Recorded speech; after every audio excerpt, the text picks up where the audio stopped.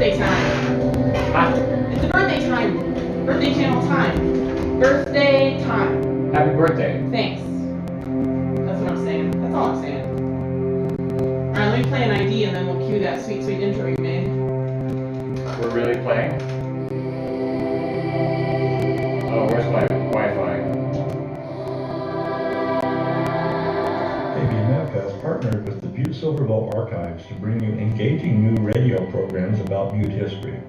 The Verdigris Project is a 4-year oral history project funded in part by the National Endowment for the Humanities. You can choose from 3 new KBMF radio productions or new oral histories recorded at the archives. Just go to verdigrisproject.org. No, I don't see it.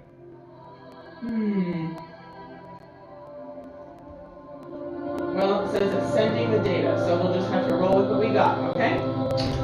Okay. There's nothing I can do about it now. Let me know when you want me to play the intro, I guess. Online on Twitch. It's sending to Facebook. It should be there soon. Why so hot? Why is it so hot in here? That's what I want to know.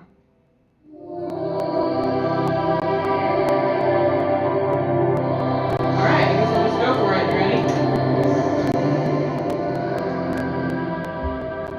You ready? You ready? Yeah. To play the intro?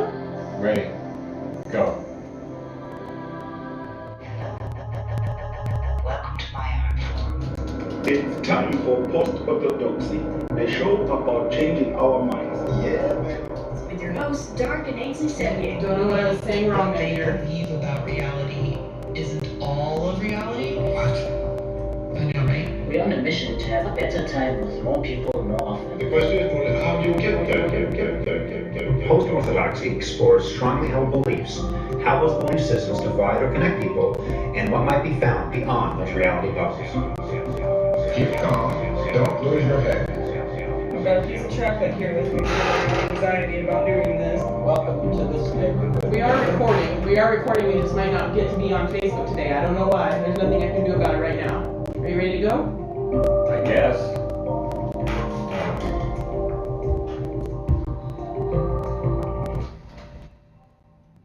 Good afternoon and welcome to this neighborhood. Welcome to Post-Orthodoxy. This is a radio show about changing our minds. We also turn our radio shows into a podcast every week and put it up on postorthodoxy.podbean.com if you're interested in hearing the whole show afterwards. Our shows are also archived on butteamericaradio.org. And you could be listening live right now at butteamericaradio.org/stream, or you might be listening at 102.5 FM, or you might be catching our live stream on twitch.tv/theseviers. We're having some technical difficulties right now with our Facebook live stream, but I'm sure it'll be up shortly. Right. Yeah, welcome to the show. Guess I can't say I'm sure because Facebook We don't know. is always kind of messing around with us. A little hinky. Not an unreliable platform for live streaming as I've seen it. Yeah, we're not giving them any money, so they don't want to support us anymore. They don't want us using their platform, their free platform. Well then. Right. Well. So we'll just roll with what we got. So if folks wanted to watch the live stream, they could go to Twitch, right? Twitch.tv/theseviers, and I'm going to share that link on my timeline and also on the Post-Orthodoxy Facebook page if there's anybody that wants to participate in the radio show today. We love having your comments and your questions and your links and hearing about your research. Yeah, speaking of the Post-Orthodoxy Facebook page, I know last week I said I was going to be posting the topics before the show. Yes, and we've been doing that. And we've been doing that. So, and not as early in the week as I would like to, but we're still doing it. This week, I've been trying not to go too far down the rabbit hole, but I have been going down the rabbit hole. How else do you find things out? Right. We're dealing with, it's a topic I've been wanting to talk about for some time. The Fourth Industrial Revolution. I think a couple of years ago, I saw a video on the Post-Industrial. Oh, maybe I can find that. Maybe I can find that link as well. Yeah. I found a video on I'll find it for you. the post-industrial revolution, or the Fourth fourth industrial revolution, which was this hour-long breakdown of what it means. And so it's some official-looking guy with an official-sounding voice. Is it the guy where they all come and converge around They him all in the converge warehouse? around him in the warehouse, yeah, and he breaks down what the fourth industrial revolution is in his words, which sounds very, very optimistic. Right. It's a great thing that is going to change the world for the better. That's what he's saying. That's what he's saying it ought to be. Now, I got a lot of skeptical friends. And I'm also skeptical. I like the language that they're using. So anyway, I wanted to go down a little bit. We're not going to really be able to, in 2 hours, go down the rabbit hole of what the fourth industrial revolution is. Not all the way down the rabbit hole. No, what I wanted to do was introduce the idea to folks who are not familiar with the concept and talk about related topics to the fourth industrial revolution. I have been on Facebook since probably the beginning Of Facebook. And I have mixed feelings about the platform. Yeah. So I've had some good times, I've had some sad times on Facebook. And recently I've stopped really engaging so much. I've been posting things on our Post-Orthodoxy page as Post-Orthodoxy, not so much on my own page. I'm just mainly sharing photographs. Because the conversation has become so cantankerous. All the conversations. It doesn't seem like just about every topic is you have to have a side, you have to be on one side or another, and you have to have it just seems like a lot of people looking for confirmation bias. I like the thing that you put up on your Facebook page today about the difference between verification and validation. Are we validating our point of view or are we verifying our point of view? Yeah, I put that up a while ago when I decided that I was going to leave. Oh. That was my cover photo. Right. Yeah. Right. I decided I had been trying to help a bunch of people that I care about verify and learn how to verify their points of views. And it turned out that most of the people that at least engaged with me online in discussions just wanted to validate their points of views. Well, I was looking forward to a spirited discussion today through people's ability to feedback with us live on air, which is often through our live stream. Yes. We usually do our live stream on Facebook. That doesn't seem to be functioning for some reason today. I shared the live stream for our twitch.tv/theseviers. Oh, good. And I don't know if you have to be a member to watch that, or can you no, anybody can watch that. Okay, anybody can watch and comment. I don't know why Facebook does this, but week to week they make new changes that we only find out every time we try to go live, and sometimes we can roll with it on the fly, and sometimes we can't. Thankfully, we have 12 people listening at buteamericaradio.org/stream right now. And for those of you listening through other methods, you can always leave us a comment on Post-Orthodoxy at facebook.com. Yeah, you can do that. Post-Orthodoxy. I made a post, and I'm going to keep an eye out on those posts in case people are listening somewhere else and leave comments for us.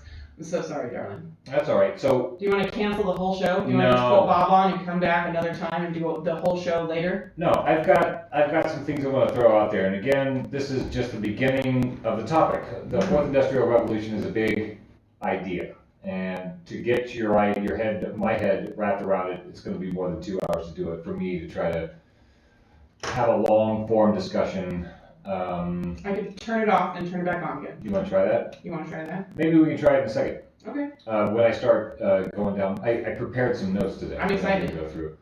I wanted to talk about where we are as a society and as a species, really, because we're no longer just Butians or Montanans or Americans. We really, I think, should be a little more concerned about who we are as humans on a planet.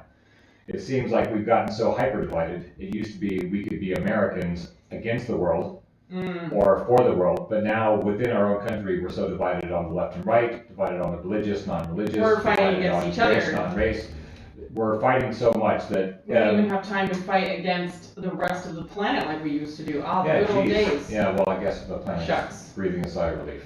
So I wanted to talk about the fourth industrial revolution as a concept in contrast to a lot of the dialogue that has caused me to run screaming from Facebook, because they don't seem to be, the dialogue seems to be progressively non-productive, at least on my feed. And I do have a lot of different folks on my feed. I have people who Wide variety. are on the spectrum of belief systems, of political affiliations, so on and so forth. So that made for some good debates, but now it's just become so cranky. Yeah. I've really just stopped I'm engaging. polarized. I stopped engaging. I find myself, no, I'm not going to comment. No. I've And that's stopped new for you commenting. because you used to interact a lot trying to share information that you've learned and interject thoughtful commentary when people seem like they're trying to learn something. Yeah, it's a tough forum for me right now. So what I've done today is I've put together a few notes, and last week's show we were talking about this cat who was trying to give a perspective on the coronavirus situation.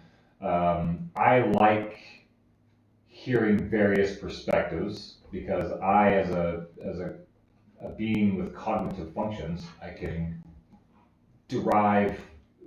go through a whole spectrum of information and try to pick out not what confirms my bias, but what shores up a perspective or gives me a more bolstered perspective, because I know that I'm looking at various sources. I'm not just taking what comes down my favorite media source. Right. So usually at the beginning of the show we talk a little bit about coronavirus. Yeah. I have a coronavirus update. Yeah. Here's a news article from people.com. 3/4 of recovered coronavirus patients have heart damage months later. Say that again. That's the headline.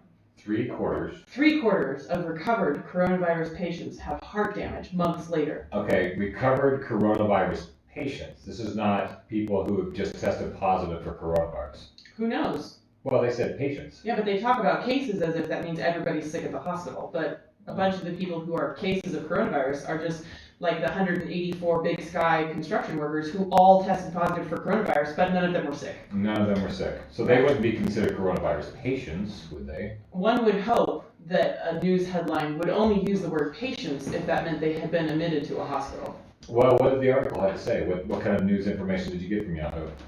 There's a study that's been done of the 100 patients. 100 of 100 patients. No, I just stuttered. Oh. Yeah.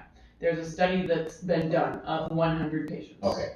And 78 of them had heart damage, despite being, quote, mostly healthy prior to their illness. Mostly healthy.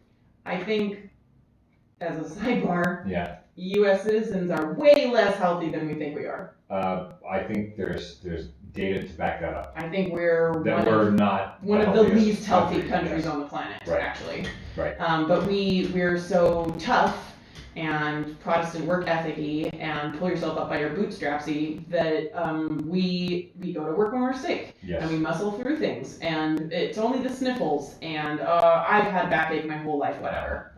And all of those things are not being well. Right.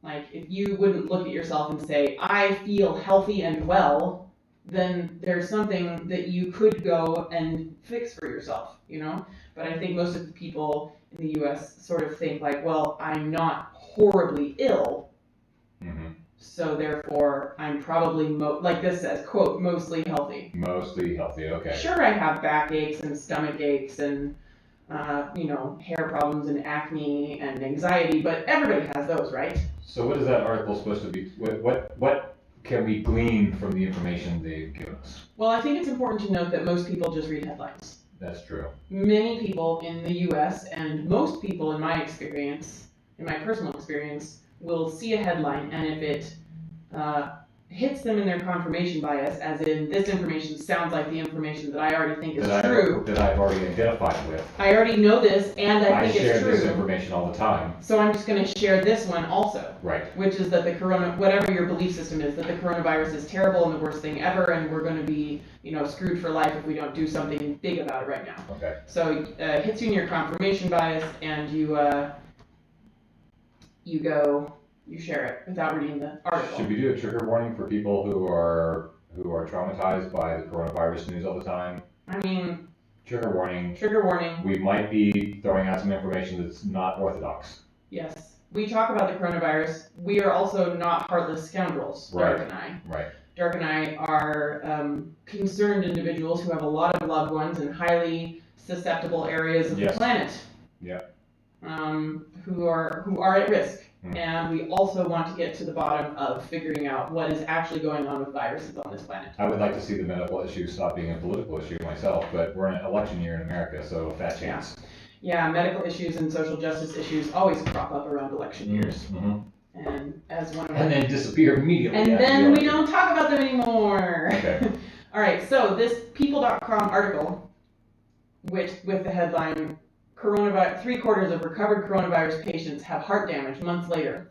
And they're basing this off, and I'm like, okay, here's what I try to do. I try to make sure I'm not cherry picking. I got by a friend of ours on Facebook today who said, "Happy birthday, looks like you're getting really good at cherry picking." Okay. I'm like, that's kind of maybe put the happy birthday message in a different comment. And then accuse me of cherry picking in another comment, you know? Cherry picking. Like, and what was she accusing you of cherry picking?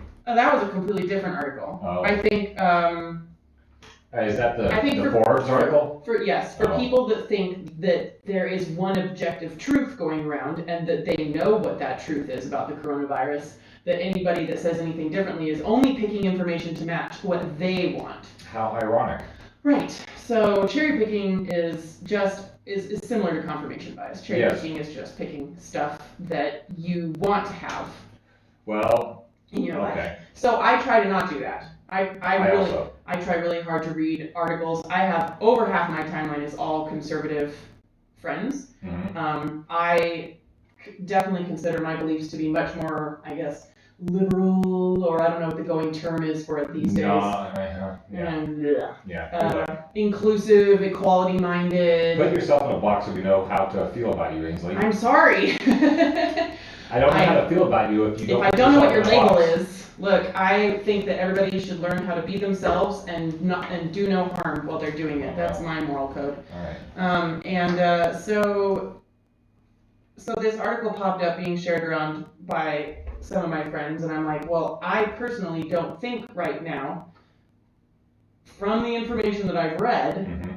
that I have this idea about the long-term effects and pre-existing conditions around coronavirus based on my research. But I'm but I'm going to go read this because what if I'm horribly wrong? Right. What if all this research that I've been doing and I still have somehow had the wool pulled over my eyes by the internet? So wait a minute, you were willing to go in and read something against your confirmation bias? I was willing. And you yes. were willing to torpedo your own bias with new information? I was ready to find out that the past few months I've been horribly wrong, and coronavirus really is the worst thing since the Black Plague. Well, now I'm on the edge of my seat. What happened when you read the article? So I read the article, and these studies one of them was published in the Journal of American Medical Association Cardiology magazine. That sounds official. That is where you go to find this sort of data. We should be going to places like JAMA, not just Google blogs. Right.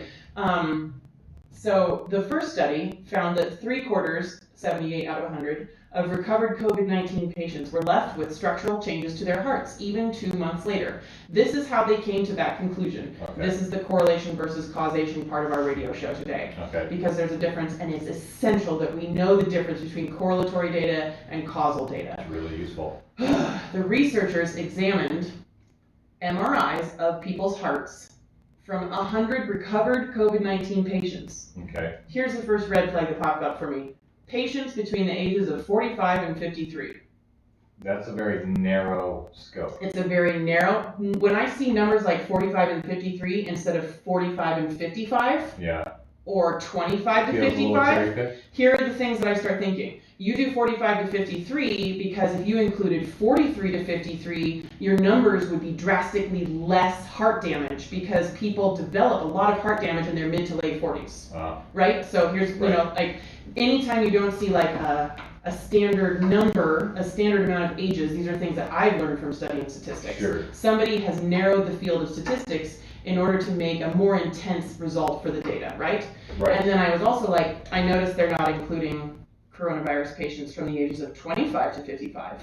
Because we have coronavirus patients from 25 to 55. Right, and again, they're also talking about patients. Right, so these are people, I'm assuming. The vast majority of people who get coronavirus do not become patients. Right. So they just find out in a test that they have it. The vast majority of people who become patients have shown to have pre-existing conditions. Mm-hmm. Like 85% of people who have been tested and found positive never got sick. Right. And of the people that got sick, over 95% of them had pre-existing conditions. So if I was not, that made them more susceptible to illnesses. If I was not a discerning reader, I might read that headline and oh my God, figure that if you get the virus, you will then have heart problems because of coronavirus. So that doesn't seem the way it's playing out when you get into the nitty gritty. Let's get into the nitty gritty. They compared those 100 recovered MRIs from ages 45 to 53 to similar people who did not contract the virus. Who didn't contract the virus. Now, what we don't know from that sentence without reading the actual JAMA study, which there's a link to, and you could actually go read it. Did you read it? I didn't read it, because I wanted to just focus on this news article, because that's usually the farthest anybody goes. We've only got 2 hours today, so. I know, I'm sorry. People can do that. People can go find the JAMA article and tell us if there's something really. They're like, well, I did read the study and you're bogus. Well, then they should put that information in the people.com article, because that's all most people will ever read. So we're going off of what people.com is telling the civilians of the U.S. People.com. People.com, People Magazine. Oh, jeez. Right?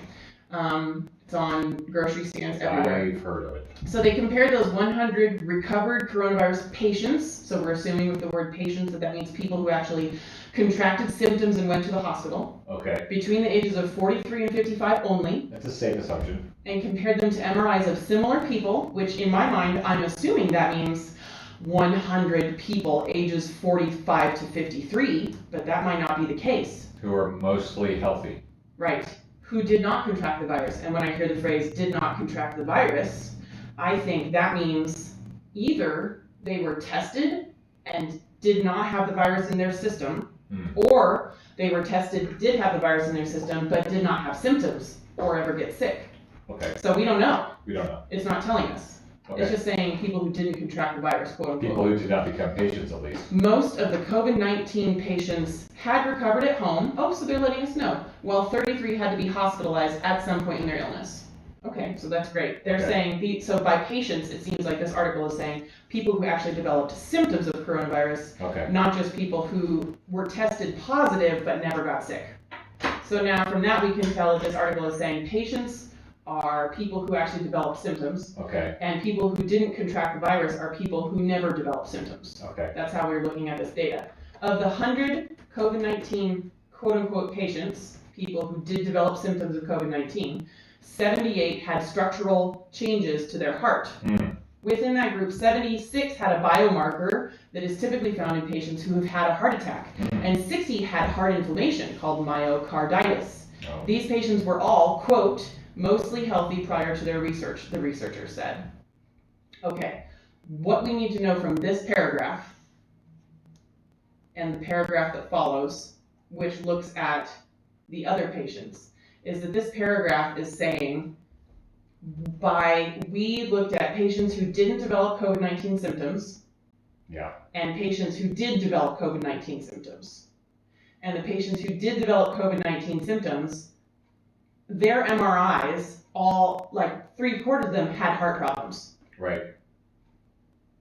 And the assumption is being made, at least in this article, and now I haven't gone to go and read the JAMA study, but in this article it's saying that means we can know that coronavirus caused those heart problems those people had. Okay. And what should be alarming, what should be going off in your head, is that the only way you could actually know if coronavirus caused heart problems in those 100 patients is if you had a before MRI and an after MRI of the same patient. I feel like this article is being put out there to cover over the conversations going on around comorbidities and pre-existing conditions. That people who tend to get sick with coronavirus are people who were already not well. That's almost all the evidence that I've seen. all the data from the New York City Hospital and the CDC and the WHO points to over 85% of people who actually develop symptoms, or 95% of people who develop coronavirus symptoms already had something going on. So from what I understand, the people who end up in the hospital are people who already had issues and then got the coronavirus. And also the highest spike in areas where the highest spikes were also happened to be where there was the highest amount of particulate matter in the atmosphere, airborne pollution. That is another piece of correlatory data that I think is really worth looking into. Yeah. A lot of people think that flu season happens because it gets cold. They correlate cold weather with getting more colds. Sniff, sniff. But another thing that happens at that time of year in the hemisphere that you live in, that flu season happens, is that all of the plants die and the dirt goes dormant. So they go dormant. And the air stops being filtered as much, so pollution goes up. That's another piece of data to look at, because the flu is around and the same amounts year round. Yeah, the flu doesn't multiply in the winter in itself in the winter. It doesn't become more flu-ness around you. We become more susceptible to the ever-present flu in the winter. Yes. Okay. So anyway, guys, it's hard. It's hard. Hard. And it's our responsibility to learn how to look at data responsibly. I hate saying the same word twice in the same sentence. But this study is saying we know that coronavirus is causing heart defects in people and heart attack markers when they do not actually have MRIs of the patients before coronavirus to show that they had healthy hearts before coronavirus. The thing that I woke up to this morning was a headline that has bothered me all day. The Forbes magazine headline. So uncomfortable. It's really uncomfortable. You know, I posted a Forbes magazine article where somebody unfriended us from the show and said they no longer listen to us because of an article in Forbes that was saying some doctors are saying that we haven't examined the cost of the shutdown and the health risks because people aren't going to the hospital as much, and so people are dying from things. The other kinds of dying that are happening. Right. So they're like, oh, well, you guys are obviously Trump supporters, and so screw you, and I can no longer listen to anything you say. If you're even questioning it. I wasn't posting a far right-wing or far left-wing website. It was a Forbes magazine. We've all heard of that. It's the rich folk. You know, it's like a magazine about the economy, right? So it was an economic angled piece, really. So here's Forbes magazine again. This is a post from a senior contributor named Ethan Siegel, also known as Starts with a Bang on Twitter, where he's dressed up in a blue costume with wings, apparently. I think he's trying to make science accessible to the common man. And here's the problem with that. Okay. The headline that he wrote, I believe, it's on his article in Forbes magazine, you must not, quote, do your own research, end quote, when it comes to science. You must not. He's a scientist who's saying you must not do your own research when it comes to science. And probably the most cogent response is from a friend of mine who's a scientist. And he said, well, most people are morons. I'm paraphrasing. Most people are morons, and you gotta get information out there to the morons, and we don't need morons running around spreading memes of bad science. He's saying, like, most people won't actually do quality research. They'll just go find research, a blog article or a news article that makes them feel good and share that as if that's research. This is in Forbes magazine. Forbes magazine is saying, you must not. You must not. Quote, do your own research. Because you can't do research because you're not a scientist. This to me is... Who's trained you to research? This is the reason I wanted to talk about this on our show, because our show is called Post-Orthodoxy. The problem with orthodox thought is when that thought cannot be challenged. Right. When that perspective cannot be challenged, it is the one and only way. Therefore, I think science we've made some bad choices in science. Things that have been accepted science before have been proven to be incorrect. That doesn't mean you don't trust science. That means that science is not a dogma and should not be a dogma and should not be an orthodoxy. Science is an ongoing reformation Science is a question. Science is a series of answers. Science is, okay, this is our answer until we find a better answer. So what he's saying is that let's look at the general consensus among scientists and just agree with that.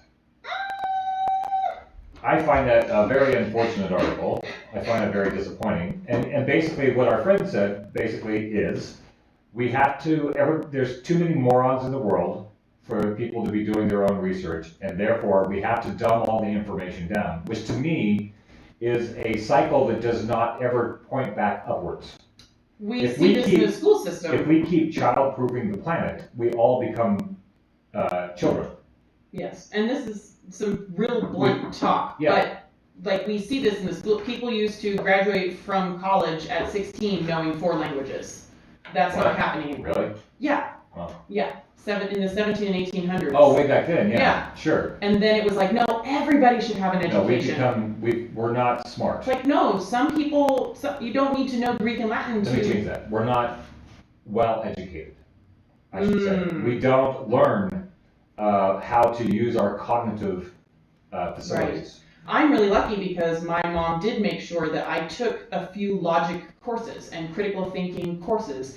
And I learned how to recognize patterns, and I learned how to recognize logical fallacies, and I learned how a Venn diagram works and how to read statistics. Like, I know not everybody gets that training. So I'm not even going to bother to read any of this article because I must not do my own research. So he said I must not. I guess I'll just stop at the headline. Right. So I have an issue with that idea, and that brings me to the larger issues that I wanted to talk about today, which is where we are as humans on the planet. So we are enthralled by a lot of, there's a lot of enthrallment around politics, around what I would call catnip, partisan catnip. Outrage porn. Outrage porn, where we're constantly looking to confirm our biases. And where did our biases come from? Oh. These are all topics that we talk about on Post-Orthodoxy. These are the things that we hammer every week.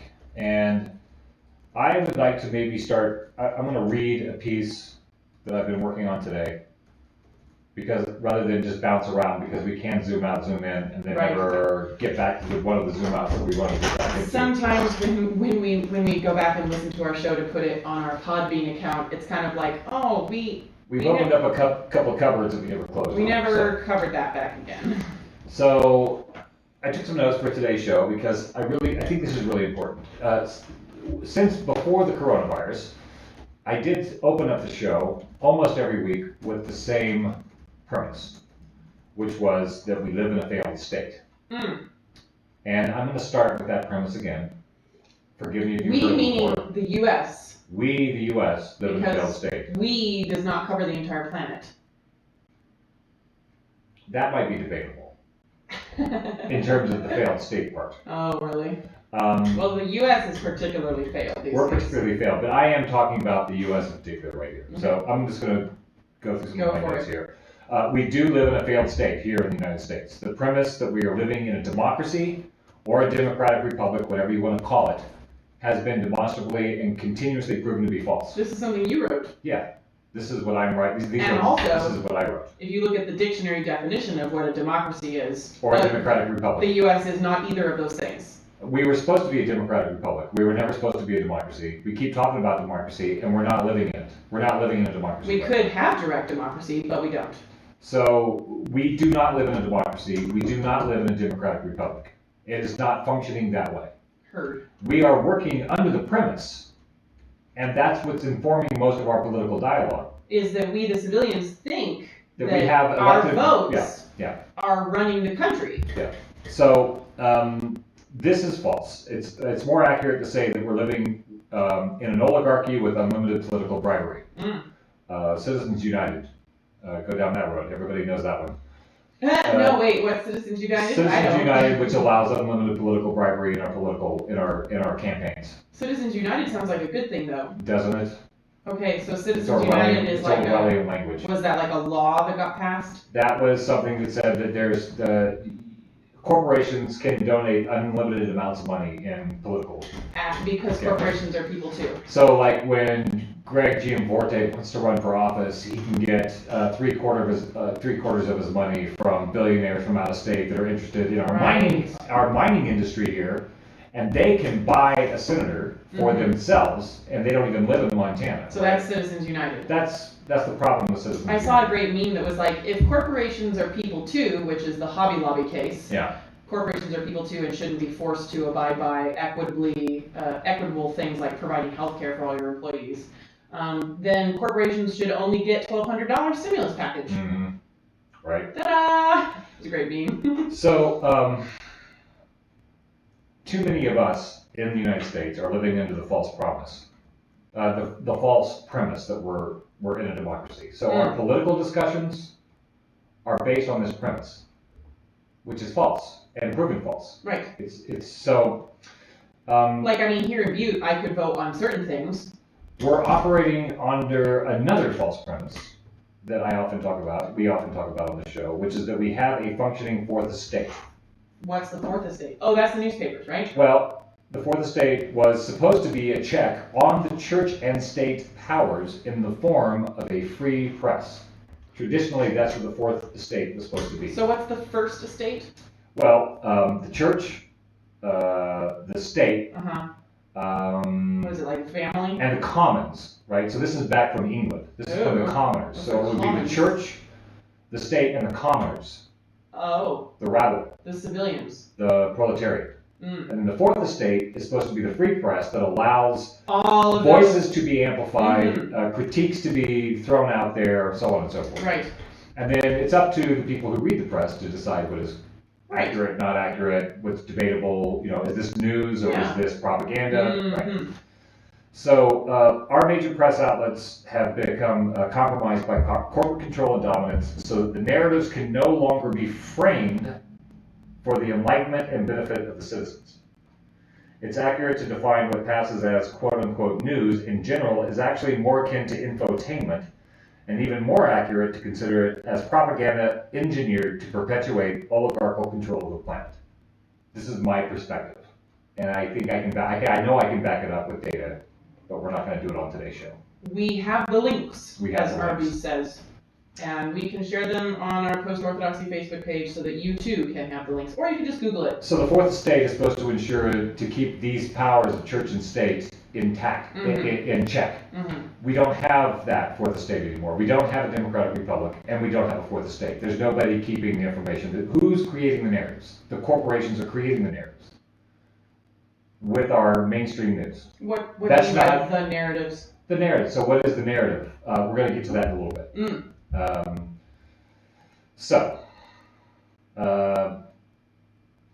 Zooming out and looking at the world through the lens that the fourth estate is no longer functioning and we are not a democratic republic. Looking through these lenses instead of the false and outdated perspectives, we can gain new insights on the conditions that we are all living in. And I'm talking about us here in the United States, but also the planet folk. What should we be aware of to make informed choices for ourselves, our families, and our communities? Is it good mental hygiene to have our social media feeds filled with rancor and rage over the discredited and dysfunctional political narratives? People think that they're being activists every time they spell check Donald Trump. And you shared another horrible thing he did with his border wall. Good job. I'm sorry, I don't think it's that productive.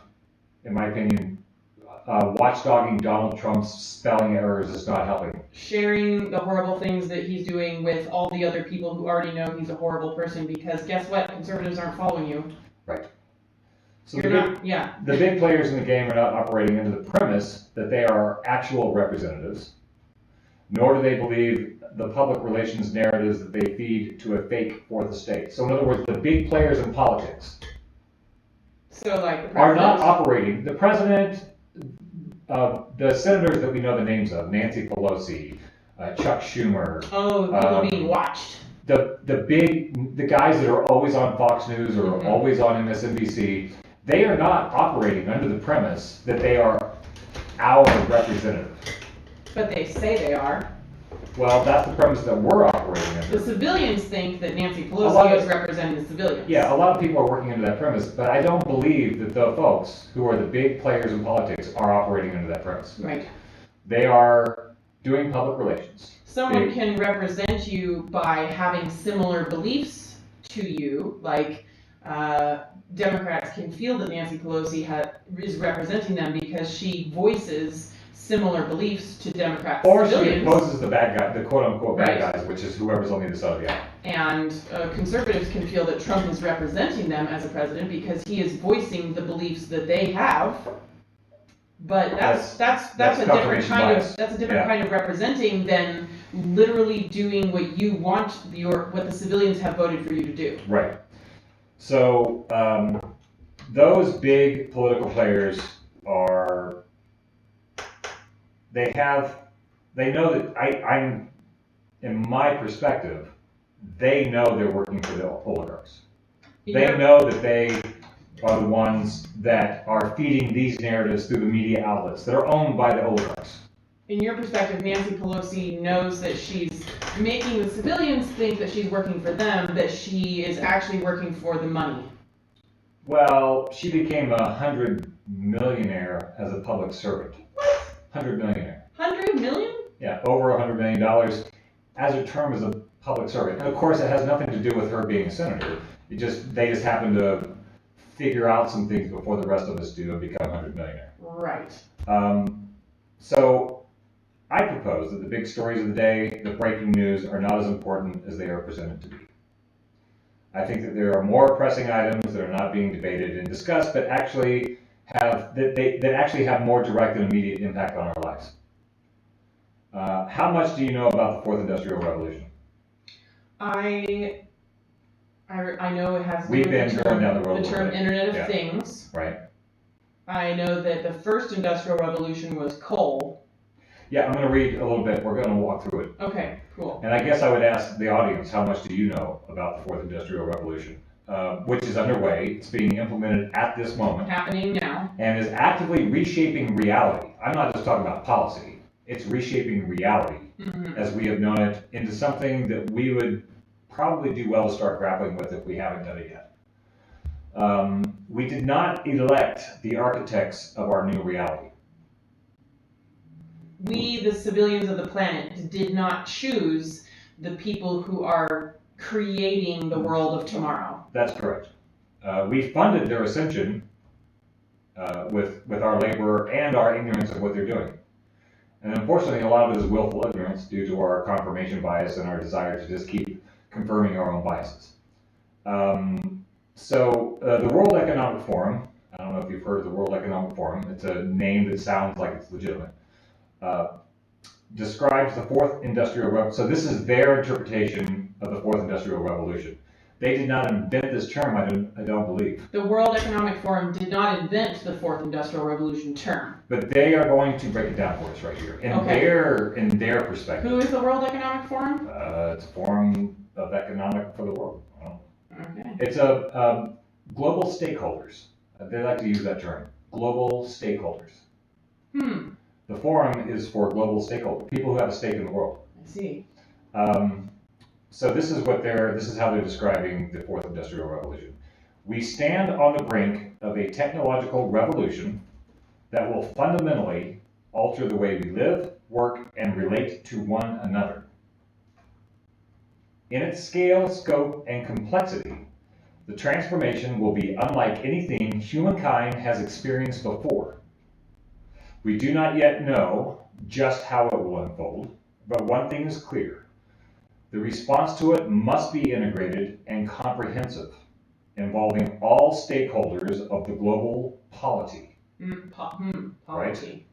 That's interesting phrasing. Polity. That sounds like politics. Well, from the public and private sectors to academia and civil society. So they're saying they're including everybody.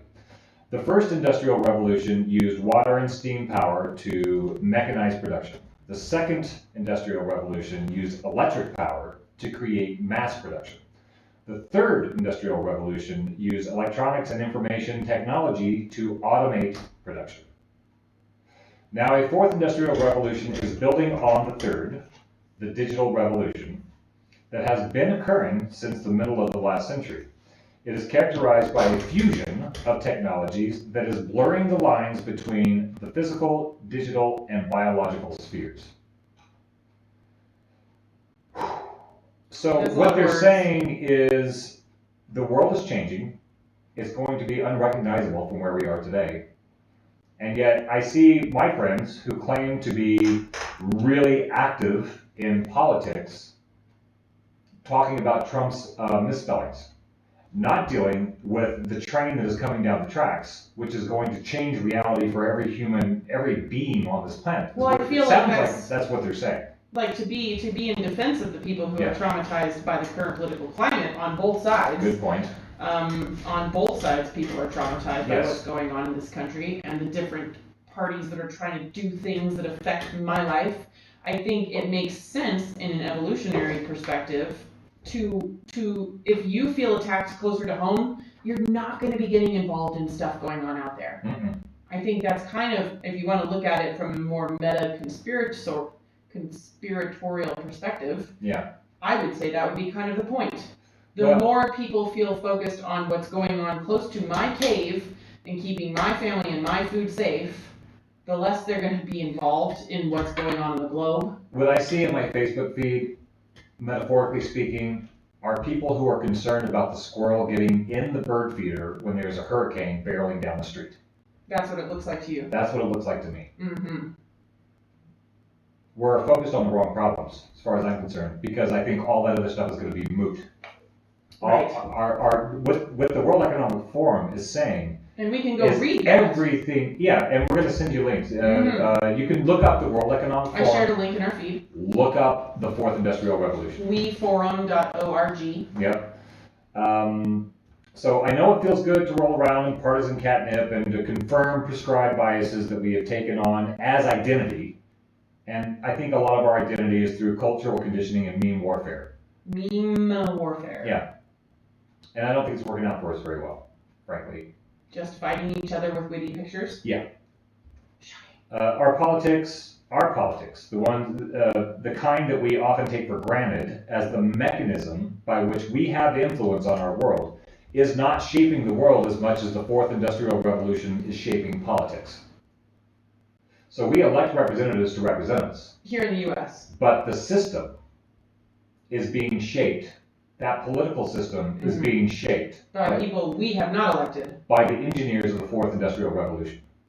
So how much influence does your vote have when you're playing a rigged game?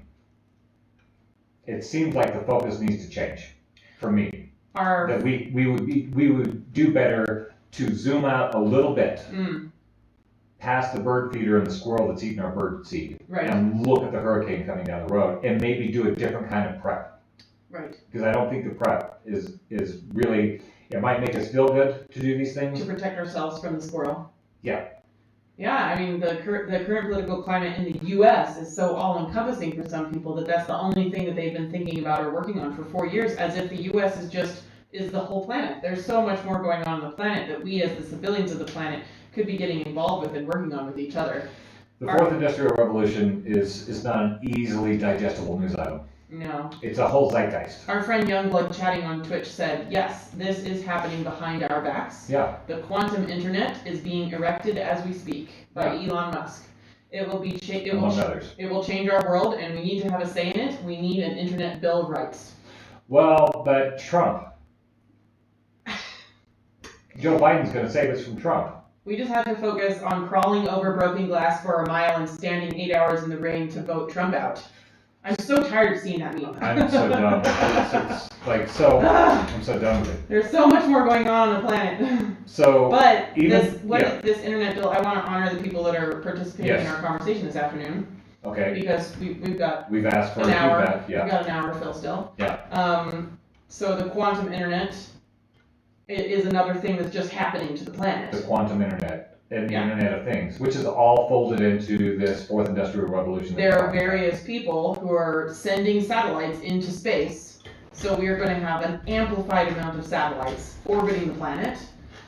that's going to increase the connectivity all over the planet. It used to be if you wanted to go off grid, you could ditch your phone, ditch your landline, ditch all your credit cards and stuff, and go live completely self-sufficiently in the woods with water power for your electricity. That's not going to be possible. Everybody born after us will not know what a static sky looks like. No. You can look up at like 9:30 in the wintertime. Here in Montana, it's hard to see because it's still light out until 11 in the summer. Right. But in the wintertime, you can look up and you'll be seeing more this fall than we saw last fall. Yeah. But there are just the strings of satellites. lines of satellites going across the night sky. So. And that's not happening because the civilians of the planet decided to make it happen. We want that. It's happening because people with money and power on the planet decided to make that happen. These are not people that you voted for. We didn't pick somebody to go and send millions, hundreds of satellites up into the sky so that we could all be connected all the time. So, as a part of the Fourth Industrial Revolution, oddly enough, also you can find information on this on the World Economic Forum website. There's a thing called the Great Reset. That sounds a little scary or exciting, I'm not sure. The Great Reset. This is something that back in '94, there was a thing called Agenda 21, which was a UN initiative, a non-binding UN initiative. Let's just do it. That said, maybe we should be sustainable. Maybe we should not sacrifice the health of our communities, the health of our environment for economic gain. And that sounds good. Right. Right?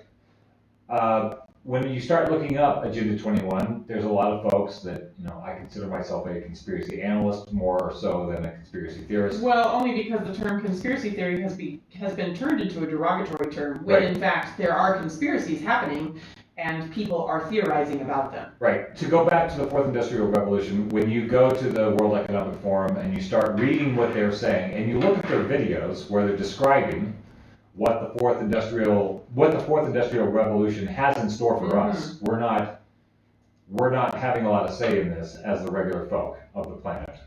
But what they're saying is it sounds good on the surface, and I would like to think it is good. I would like to think that we could deal with poverty issues, we could deal with economic issues that are causing poverty, we could be dealing with our environmental issues, and still have something to eat, and still have enough money to go out and play.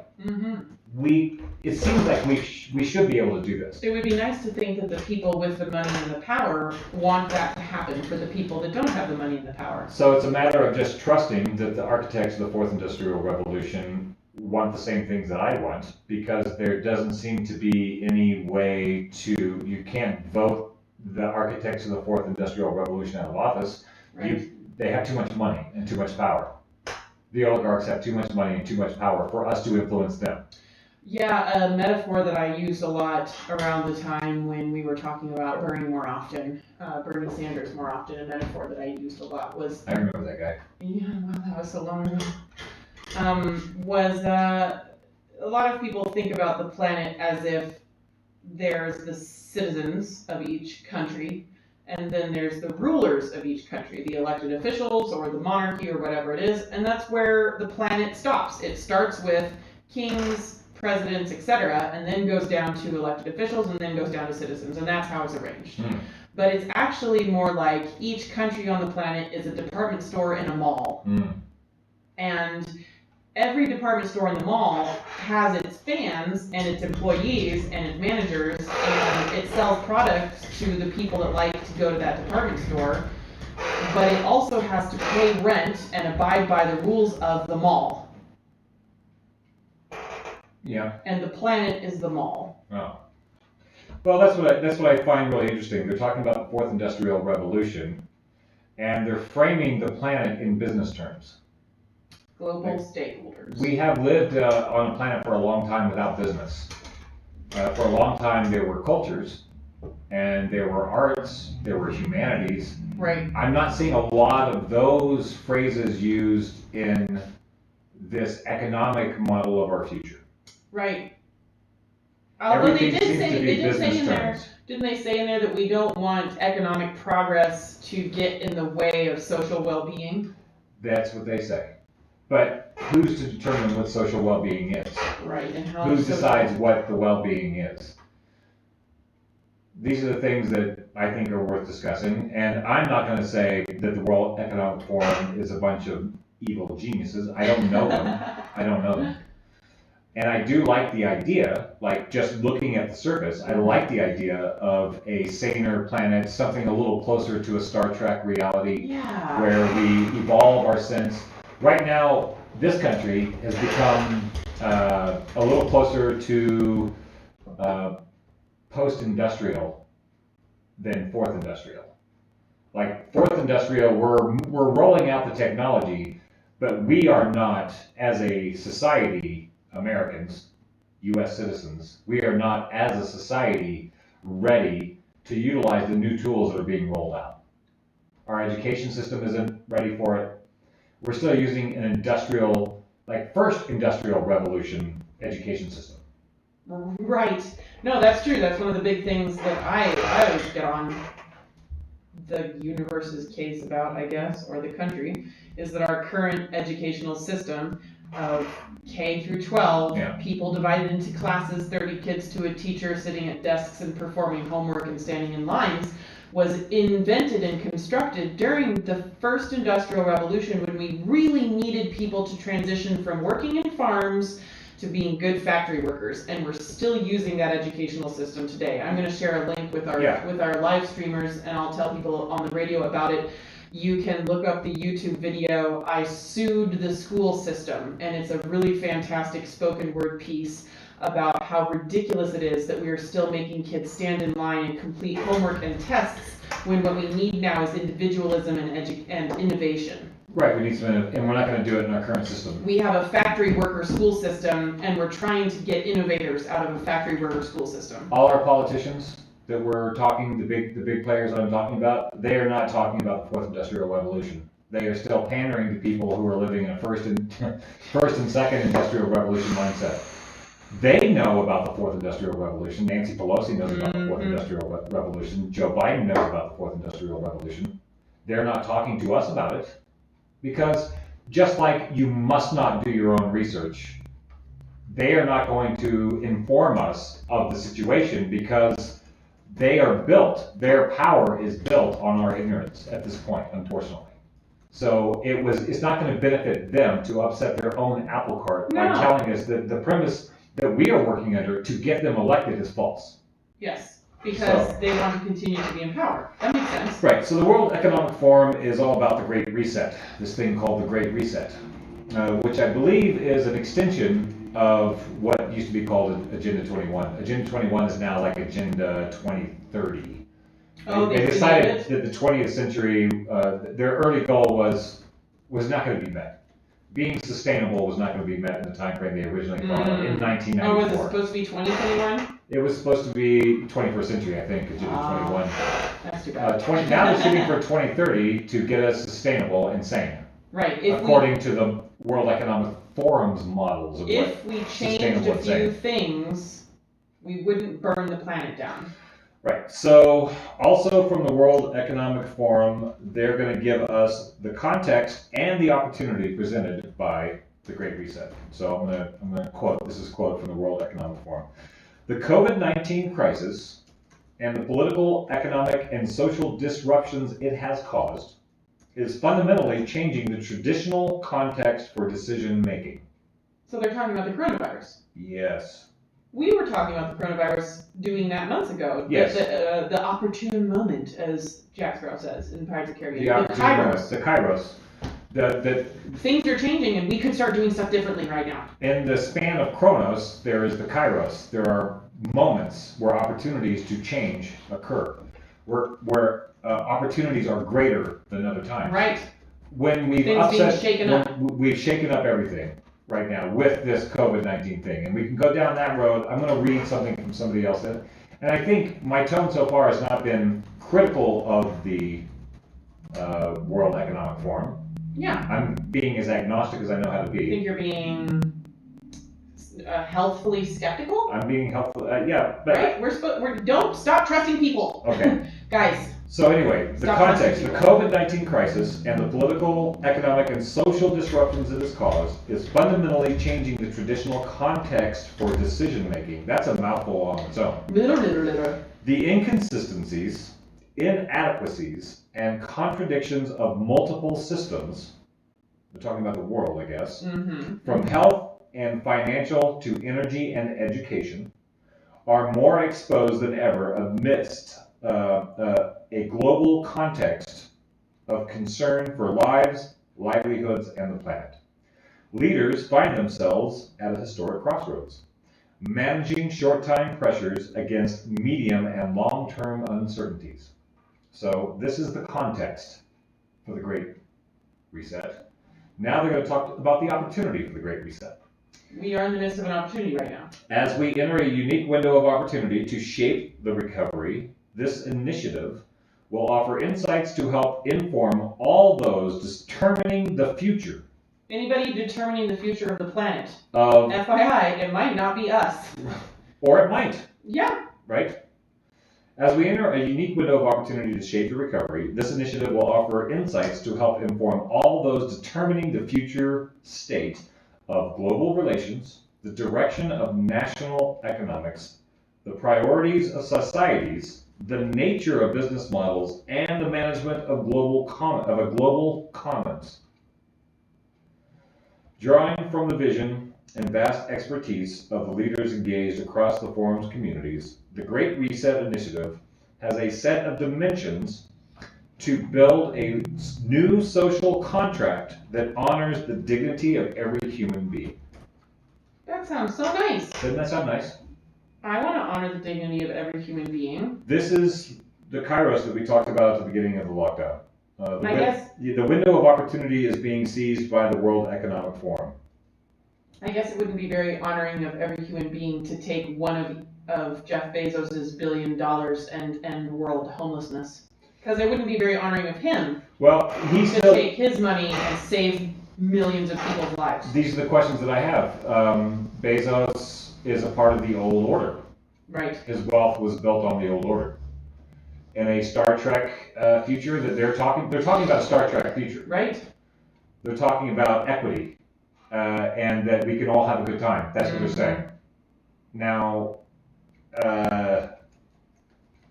we'll see how it plays out, I guess. Or are we going to get involved with it? Can we be in who's the World Economic Forum? That's a good question. Who are these people? Well, I signed up today. I joined the World Economic Forum. Well, I access to their website, so you can get more information. Even more. You can go to the World Economic Forum and get some information from them. weforum.org. Yeah. I accept your cookies. I'm gonna see. Yeah, how do I be a part of it? I gave them my email address, and now I can access more information. And does that, so just hearing about what's happening does not actually mean you're involved in creating what's happening. They're asking for feedback. They also strongly encourage me to use my business email. Really? Yeah. When I put in my email, we strongly encourage you to use your business email. So I use my business email. That's so fascinating. Because it's the World Economic Forum and their Star Trek, and they're going to take care of every human being. Honor the dignity. So they probably wanted to know if you have a Microsoft Office Suite email. They're like, no, your business, as in the business where you work for someone else to make someone else money business. Well, I'm having a hard time finding out how members and partners. So you could be a partner or a member, I guess. Strategic partners area. I'm going to look at the strategic partners. toplink.weforum.org. So discover, contribute, lead. Okay, I'll join. Is the future going to be purely a business decision or a life decision? And is that a choice exclusive? Do we have to separate business from life? Did they say that, or did you say that? Well, no, that's what I'm saying. What do you mean by business? So they're saying basically, this is what the conspiracy folk have been talking about for 30 years. This is the one world government. This is the one world order. So they're talking about a global currency. getting rid of the dollar, getting rid of the dinar, getting rid of the pound, and having a global currency. That's part. I That's feel a like part that of, sounds nice, right, because that's then a we part won't of- have all this stupid inflation stuff from country to country, right? Like, that's a parallel conversation to the conversation Yeah. of if Germany harnesses all their wind and Spain harvests all their sun, and we have an international electricity grid, we could all have plenty of power all the time. That's what they're talking about. Except with currency. So if it was just all the same, then it would be more equal, right? Well, And then I started thinking about all the utopian sci-fi films that I've watched where everybody's wearing the exact same kind of tunic. And I start freaking out about sameness. right. The childhood Republican in me comes out. Here is something that, I've been looking at this World Economic Forum, the idea of a sane world, and the world that is being painted by the World Economic Forum, which I find intriguing. And it reminds me of this guy named Muammar Gaddafi. So Wait, Gaddafi. Yeah. Gaddafi, Hussein, and So- Osama. He's the guy that Hillary Clinton laughed about killing when she was head of the State Department here in the U.S. I just know he's bad. She came, she saw, he died. Ha ha ha ha ha. That's the famous quote from Hillary Clinton. Wow. Because they used Gaddafi as a boogeyman for years and years and years. They used him for a lot of different reasons. So what you're saying Gaddafi is, was the head of Libya, okay. and this is what was happening under Gaddafi. Mm-hmm. In Libya. In Libya before he was killed by the United States. So the United States killed Gaddafi, and we were told that it was because Gaddafi's a bad guy. Bad guy. But here's what was happening under Gaddafi. Free healthcare, free electricity, interest-free loans. Newlyweds received $50,000 to find a home. Mothers received $5,000 on the birth of a child. Citizens received a percentage of all oil sales, and petrol was 0.14 cents per liter. The government paid 50% of the price of your car. Unemployed Libyans received the average salary for their profession in benefits. If they were unemployed, they got their actual salary while they were unemployed. So since we've taken out Libya, now they're doing open slave markets in the streets.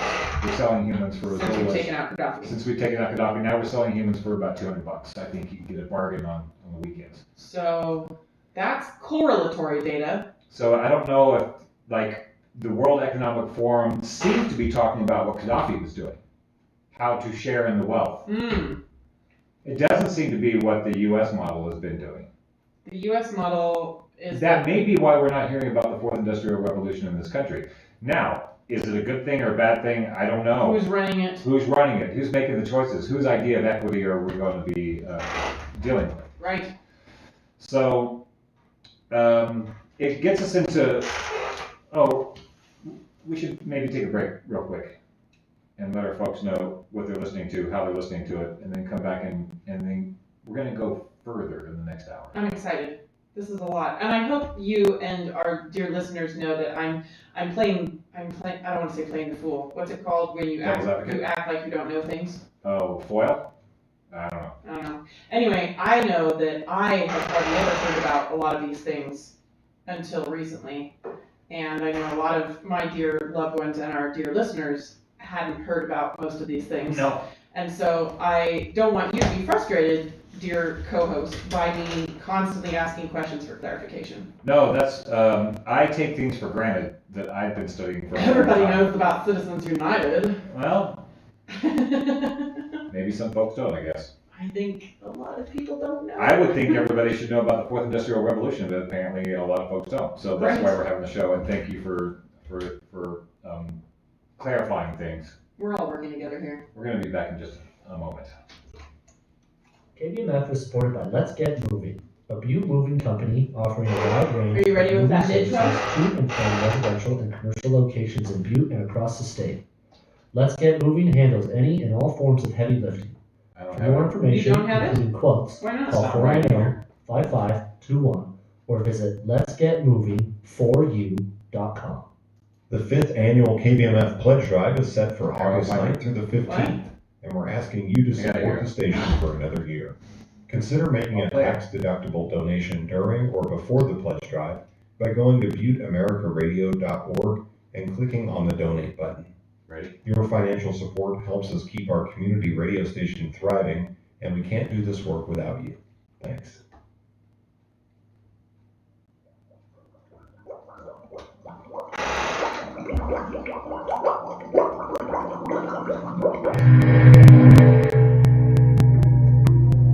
We interrupt our program to bring you this important message. I love you.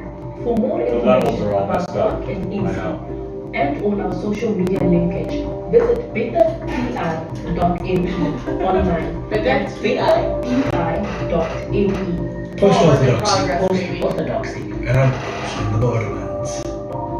What's outside your empty bubble? Now back to our show.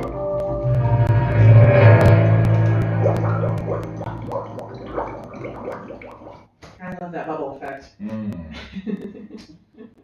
gotta work on that intro again.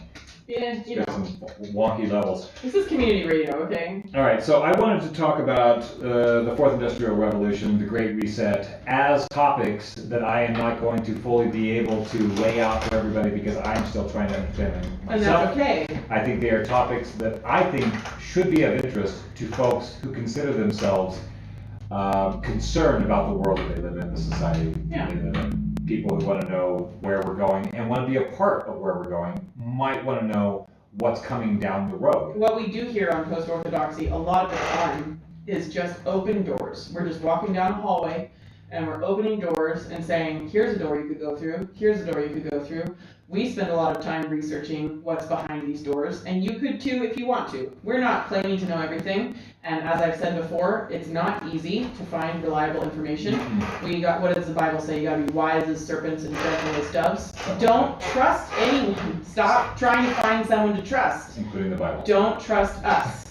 You can't trust us. You can No. listen to what we're saying, you can like or dislike what we're saying, you can prove or disprove what we're saying, but you shouldn't just trust what we're saying. You should go and confirm what we're saying too. I like that we call ourselves an outpost in the borderlands, and there's that big post outside the post, which says new information this way, this way, this way, this way. It's like one of those street signs. Yeah, things pointing that all you might directions. want to know about. Yeah. So I'm going to go a little further. Since I've introduced the idea of the Fourth Industrial Revolution and the Great Reset, things that I think, if you're a citizen of the planet, right, you might want to go do some research on. There's plenty of information out there. You do have to do the work to find it. Don't just look at the World Economic Forum's version of it.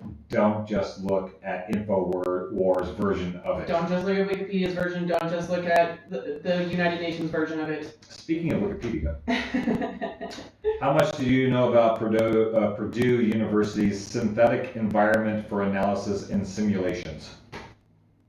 None. I don't think many people know about that. This is Who going is to be. Purdue University? Are they a big one? Like, yeah, they're a big one. Like Harvard? Lou Young went to Purdue. Okay. Yeah. So Purdue University's Synthetic Environment for Analysis and Simulations, also called SEAS, S-E-A-S. And an aspect of that, which is called the Sentient World Simulation. Let's talk about those things. Those are a lot of big words. In relation to the Fourth Industrial Revolution. Very good. So I'm going to read from Wikipedia about what the Synthetic Environment for Analysis and Simulations Which is a great launch platform. Yeah. Written by civilians. Written by civilians. Fact-checked by civilians. Right. And then you can go and look up other fact-checking sites. Right, so this is the Synthetic Environment for Analysis and Simulations is currently being used by Homeland Security and the U.S. Defense Department to simulate crises on the U.S. mainland. SEAS enables researchers, and this is a quote, enables researchers and organizations to try out their models or techniques in a publicly known, realistically detailed environment. It is now capable of running real-time simulations for up to 62 nations, including Iraq, Afghanistan, and China. The simulations gobble up breaking news, census data, economic indicators, and climatic events in the real world, along with proprietary information such as military intelligence. The Iraq and Afghanistan computer models are the most highly developed and complex of the 62 available to JFCOM J9. I don't even know what that is. Each has about 5 million individual nodes, representing things such as hospitals, mosques, pipelines, and people. Each what? Each simulation? These nodes. They're just talking about specifically Iraq and Afghanistan, the models that they're using. Gotcha. SEAS was developed to help Fortune 500 companies with strategic planning. Then it was used to help recruiting commanders to strategize ways to improve recruiting potential soldiers. Oh boy. In 2004, SEAS was evaluated for its ability to help simulate the non-kinetic aspects of combat, things like diplomatic, economic, political, infrastructure, and social issues. Well, what does that mean to you? Non-kinetic aspects of combat makes me think not the shooting part. Right. And when they say it was used to help recruiters find more soldiers, that makes me a little frustrated. And businesses, Fortune 500 companies. Right, so it started off as a model to help rich companies make more money. Yes. And then it was moved to a model to help militaries recruit more soldiers. So specific for this new world that they're creating. Right, so that makes me, I mean, like, militaries, recruiters already know that if you go to an impoverished area, you're going to get more soldiers out of it because those kids don't have access to money for college or money to move out of the hometown they grew up in. Right. So that makes me feel a little iffy about this already. And then it switched to being used for war games. Can you read the last sentence? I'll read the last little paragraph here. SEAS was developed to help Fortune 500 companies with strategic planning.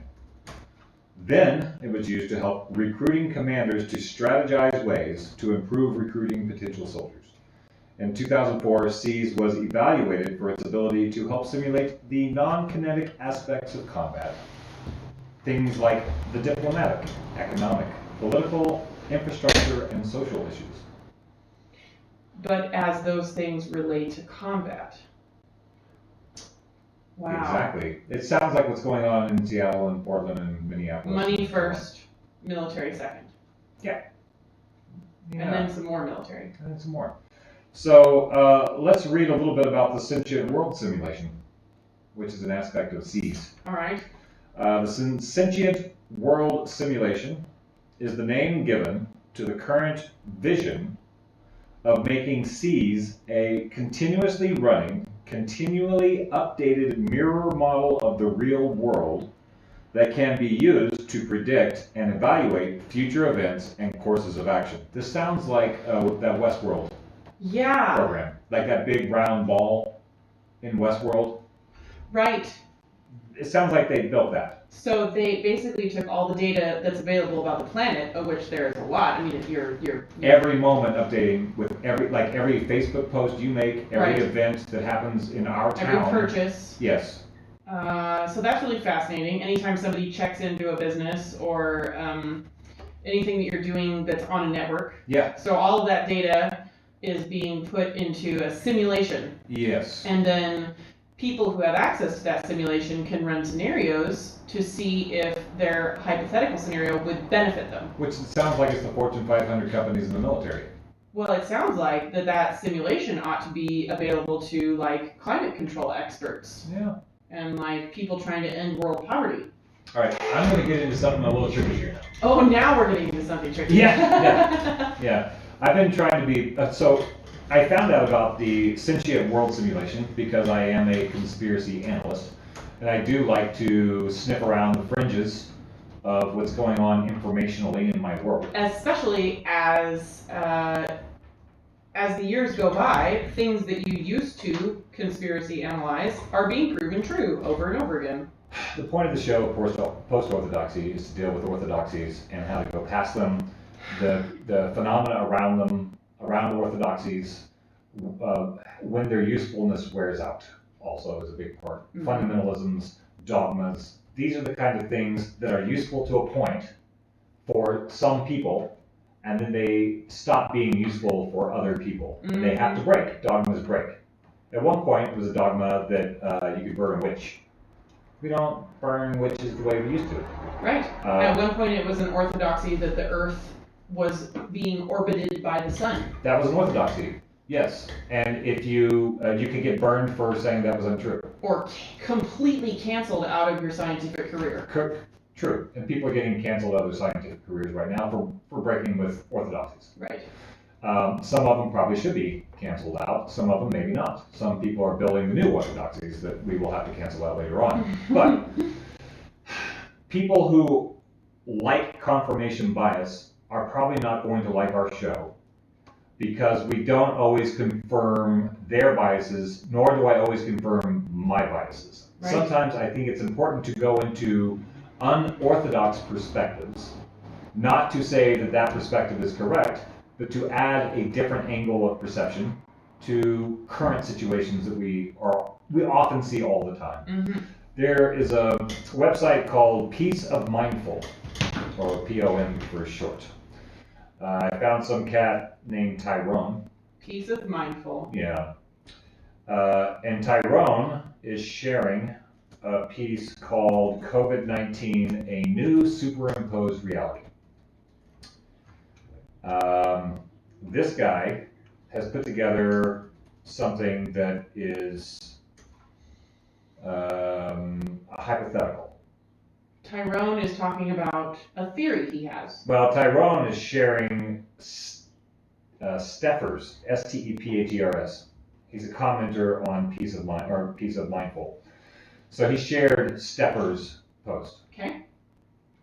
So we've already gotten like 3 degrees out from, I don't know who these people are. Right. And it doesn't matter because I like prose. And it's okay to read stuff as long as you acknowledge, I don't know the source of this information. I don't know the source of this information. I don't know who Steffers is. I don't know who Tyrone is. But I am a person who likes to read things. Go into some stuff. Yeah. So I'm going to read some of this. And again, this is a hypothetical, this cat. I believe Tyrone said, I am posting, let me go here. What follows is hypothetical. Technocratic plutocrats seem to think this way, hypothetical. Back in 2015, Bill Gates listed his top favorite book picks of the year. 2 were How to Lie with Statistics by Daryl Huff. And the next book is, one of the other ones was What If by Randall Munroe. There's a chapter in What If called Common Cold by Sarah Ewart. The hypothetical question posed is quite timely. If everyone on the planet stayed away from each other for a couple of weeks, wouldn't the common cold be wiped out? It then follows, would it be worth it? To wipe out the common cold. Yeah, if we just stop dealing with each other, each individual stop dealing with all the other people, the common cold, that's the premise, that's the question that they're posing, is if we stop dealing with each other, could we wipe out the coronavirus, the common cold coronavirus? Right, because the common cold is caused by coronaviruses and rhinoviruses. Right. And if we did that, would it be worth doing that? So this is the question that is posed in this book that Bill Gates would that significantly improve the experience of life for the majority of humans on the planet if we all stayed away from each other to kill the coronavirus or the rhinovirus or whatever? So Randall Munroe's book, What If, seems to just be posting some hypothetical situations to explore them. It seems like an intellectual exercise. Bill Gates is a super high IQ guy. I imagine he likes those kind of exercises. Yeah. So the author considers the practical consequences of this kind of quarantine. As he says, the world's total annual economic output is in the neighborhood of 80 trillion, which suggests that interruption of all economic activity for a few weeks would cost many trillions of dollars. The shock of the system, the shock of the system from the worldwide pause could easily cause a global economic collapse. Munroe concludes at the end of the chapter, in addition to probably causing the collapse of civilization, Sarah's plan wouldn't eradicate rhinoviruses. Used as example by Monroe as an RNA virus typically causing the common cold. He continues, however, this might be for the best. Their absence might be worse. It's possible that these mild infections serve to train and calibrate our immune systems, which is what we've been talking about on the show a lot. Mm-hmm. Viruses, half of our genetic code is, half of it is informed by viral information. There's such a thing called the microbiome, which is all of the parts of a human body that are not that human's genetic material. If you took all of the parts of you that are made up of bacteria, viruses, germs, and other microbes out of your body, it'd be about 5 pounds. And that's the stuff that's living inside you or inside of you. Or in your genes. Our genetic information, which is our DNA, mm-hmm. about half of that has been informed by viruses. What makes you look and act like you. Right. It's not just your 2 parents and your grandparents. So from a natural biological perspective, we need viruses to be who we are and to continue being who we are.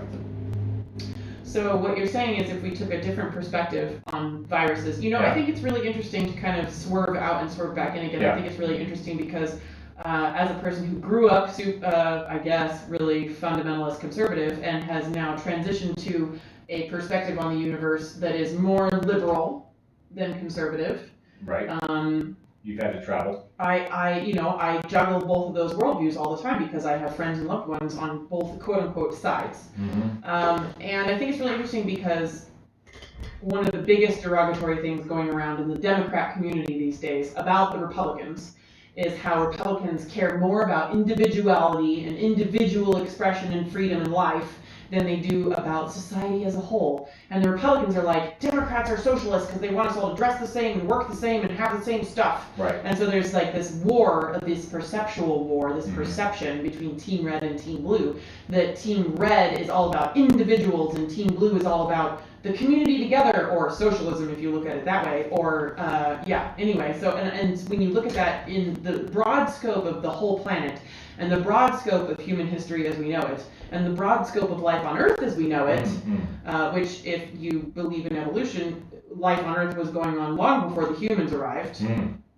then we could maybe step out of our own skins for a second and stop Ainsley could stop being terrified of me, Ainsley, dying. Right. And look at how viruses actually work in the environment and evolutionarily and what their actual function is. They might function in such a way that my grandma dies. Right. But that is not the virus being a bad thing that kills my grandma. Right. The virus came along to do a function, and unfortunately, my grandma's body and her immune system couldn't handle it. She didn't get the upgrade.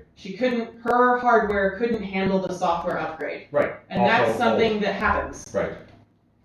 And if we, like Democrats like to think of themselves as like all team playery, but they're team playery because they also don't want to die. So I'm going to go back to this little essay, this little hypothetical. So Bill Gates' favorite book of 2014 or whatever it was. Right. Here's another hypothetical, superimposing something over reality. Let's say various strains of coronavirus have spread across the world and infected millions. Which they have. Hundreds of thousands are under the threat of death. However, compare that to reality. There are coronaviruses. Yes. They belong to the family Coronaviridae. Millions of people die every year, and many more millions get sick. There has never been any proof, i.e. through Koch's postulate, that a coronavirus has caused a single death. Despite the propaganda represented by risk communication, false statistics, and fake anecdotal narratives reported in the news media. This is our current reality. A hypothetical narrative has been superimposed, linking a novel coronavirus with widespread sickness and death on a global scale. Wait, when did he write this? This is the cat who is talking about the hypothetical. He's already done the part of the book.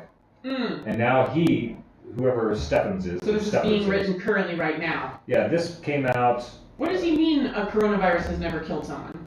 What he's saying is the virus comes in and then we get sick. So, like, you don't die of coronavirus. You die of pneumonia. You die of diabetic shock. You die of various things. You don't die from the virus comes in. Viruses don't kill people. And then we die from some other thing. Right? Right. That's why most of the people, the vast majority of people are dying, are people who got the virus and then died from some condition, often the condition they had before they had the virus. Such as hypertension, which is like 55% of the US. Right. So this is what he's talking about, and this is what he's working on with his, this guy Steffers, with his sentient world simulation. This is what he's talking about. And I'm going to get more into the guy that coined that term and what he's talking about. The sentient world simulation. COVID-19, and this is according to this cat, and again, I don't necessarily agree with this perspective or disagree with this perspective. Right. I'm just sharing a non-orthodox perspective. As in not the same thing everybody's saying. Right. So from this guy's perspective, COVID-19 is a fictitious and facetious disorder superimposed on society. It's being used to create an artificial scenario which serves as a sentient world simulation. Granted, there are many other agendas being simultaneously achieved. Most of them have been covered by researchers all around on the internet. I sense a number of red herrings. Typically in any PSYOP, those who planned it want to keep us chasing details, diving into rabbit holes, keeping us from moving forward and missing the big picture. Thus, we have discussions of bioweapons, errant comets, and cytokine storms. Cytokine storms? I don't know, that's a lot of words for I me. know. So what he's saying is the sentient world simulation. I'm going to go further and talk about the guy who coined this term. Okay. And this guy, Steffers, is going to walk us up to it. He says, we are currently living in a society over which has been superimposed a fictional overlay. It's much like the hybrid film combining live reality and computer-generated reality, such as Who Framed Roger Rabbit. Right. Sentient World Simulation, Dr. Alok Chaturvedi, is the founder and director of the SEAS Laboratory, as well as the technical lead for the Sentient World Simulation project initiated by U.S. Joint Forces Command. So wait, what he's saying with the Who Framed Roger Rabbit things, Yeah. he's saying there are some things that are actually happening. Yes. And that's the real people being filmed in Who Framed Roger Rabbit. Right. And then there's a story about what it all means that changes your perspective of the movie, which is all the animated characters in Who Framed Roger Rabbit. So, as a metaphor, it would be a different movie if we took all the animated characters out. The actors in the movie are responding to things that were never there. Right. The animation was added later. But or is an overlay happening to our perspective in real time. But to the actors, yeah. Okay. So, Dr. Chaturvedi's research is focused on virtual environments for business strategies. This approach covers the domain of artificial intelligence, computational ecology, and enterprise integration for business war games. Dr. Chaturvedi, his concept paper in 2006, this is the doctor himself who invented this sentient world simulation. This is him describing. Gotcha. The goal of the sentient world simulation is to build a synthetic mirror of the real world with automated continuous calibration with respect to current real-world information such as major events, opinion polls, demographic statistics, economic reports, and shifts in trends. The ability of a synthetic model of the real world to sense, adapt, and react to real events distinguishes SWS from the traditional approach of constructing a simulation to illustrate a phenomenon. Behaviors emerge in the SWS mirror world and are observed much as they are observed in the real world. Basing the synthetic world in theory in a matter that is unbiased to specific outcomes offers a unique environment in which to develop, test, and prove new perspectives. SWS consists of components capable of capturing new events as they occur anywhere in the world. Focus on any local area of the synthetic world offers sufficient detail. In other words, The set of models that make up the synthetic environment encompass the behavior of individuals, organizations, institutions, infrastructures, and geographies, while simultaneously capturing the trends emerging from the interaction among entities, as well as between entities and the environment. So I feel like we're beating a dead horse a little bit here. Okay. Like, we've said that already. Okay. Or maybe that's just not weird to me because I'm only 32. Right. This concept of a like I feel like they're saying over and over and over again, we made an AI version of Earth. And that's like I so feel this like, guy, could, like he could just say, so some people with power and money have made an AI version of Earth, and they use it to predict which decisions will be a good decision or not. So that's his paper from 2006, and it was Okay. a concept paper in 2006. Sentient world simulation. Now the sentient world simulation is running. Yes. And somebody out there has access to an AI version of everything actually happening on Earth right now using all of our data. Apparently the military and Fortune 500 companies. So the idea is interesting. So I think what this guy is proposing is that the coronavirus, which we've already reached herd immunity in most countries, deaths are going down. Not saying that nobody's dying. No. But the death rate is declining. The virus is running the course that viruses run. There's a spike and there's a decline, and then there's an immunity, and so that happens with viruses all the time. It's fitting the model of other viruses. I guess from what I understand from the stats that I've been looking at, it is a seasonal flu virus, maybe one of the 10 worst we've had. Seasonal flus. Yeah. So it's the same virus. It's more extreme, but not much more extreme than a regular flu season. However, this has become an overlay. This flu has become an overlay that we are all now responding to it as a global pandemic, right? Not just a flu. And in that simulation, what is happening in the sentient world simulation, the AI of Earth that people are playing with, right? So now that simulation is watching how we, the regular folks, deal with a global pandemic. The idea of a global pandemic. The idea of a global pandemic. Right. That's what this guy is saying. Is that the COVID-19 phenomena is not going to shake out to be much worse than a regular flu season. It will be worse than some of our more recent flu seasons, but not much worse. It really sucks that people are dying. It always sucks that people die, and also people always die. And if you want, you can go to the CDC website and look at their statistics for what the flu season numbers are for this year, because guess what? They've combined this year's flu season with this year's coronavirus numbers, and they say it on the website. It's true. So just like the scientist that told me in Forbes magazine that we must not do our own research, also he doesn't distinguish between people who died with coronavirus and people who died of coronavirus, which is the point that we make on every show. Yeah. You can die with coronavirus and have not been sick from coronavirus. Right. You could just have it. The lady that sold me plants at Ace Hardware this whole summer, her grandma died last fall. Yeah. She went into the hospital for a leg surgery. Yeah. Got a cold. Yeah. They figured. And unfortunately choked on her own coughing in the night and died. And she's like, I'm sure it was coronavirus because we all had all of those symptoms in November. And my grandma should not have died. And if she had died now, I know they would have said she died of coronavirus. Right, and she just died because she choked on a bad cold. Yeah. Okay, so I know this is tricky territory because people are traumatized by, I know a lot of my friends are traumatized by Donald Trump. A lot of my friends are traumatized by the story of the coronavirus. Yeah. Not the coronavirus itself. And people on this planet are dying, and our loved ones are dying, and unfortunately they do that, and some of my loved ones might die. Yes. And I evaluate that thought in my mind every time I start having these theoretical conversations about maybe being smart about how viruses work, and doing our own research about how viruses work, because I understand it really matters when it's somebody that you love that dies.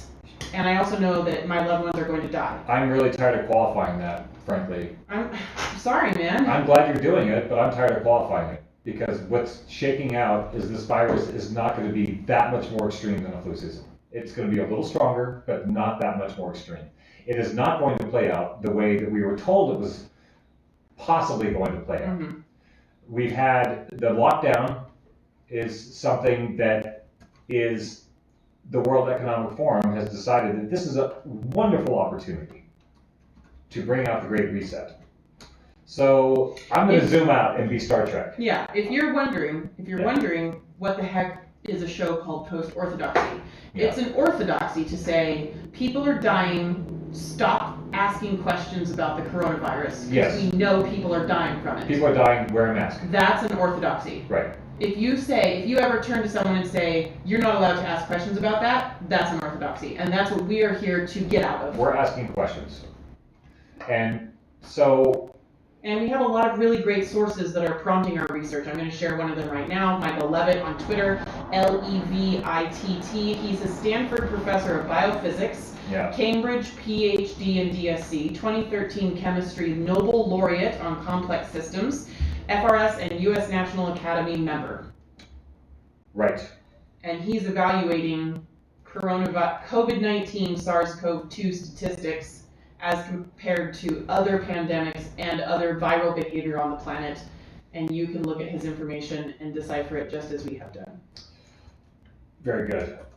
There's a guy who I've been following, or a person, I don't know if it's a guy. There's a person who I've been following on Twitter. Gummy Buyer? No. Well, yeah, from him I got this other cat named Second Opinion is the Twitter handle, at DAFeid, DAFEID. They have a thread here, and the beginning of the thread says, "It's sad to talk about death, but this topic is important to put numbers in relation.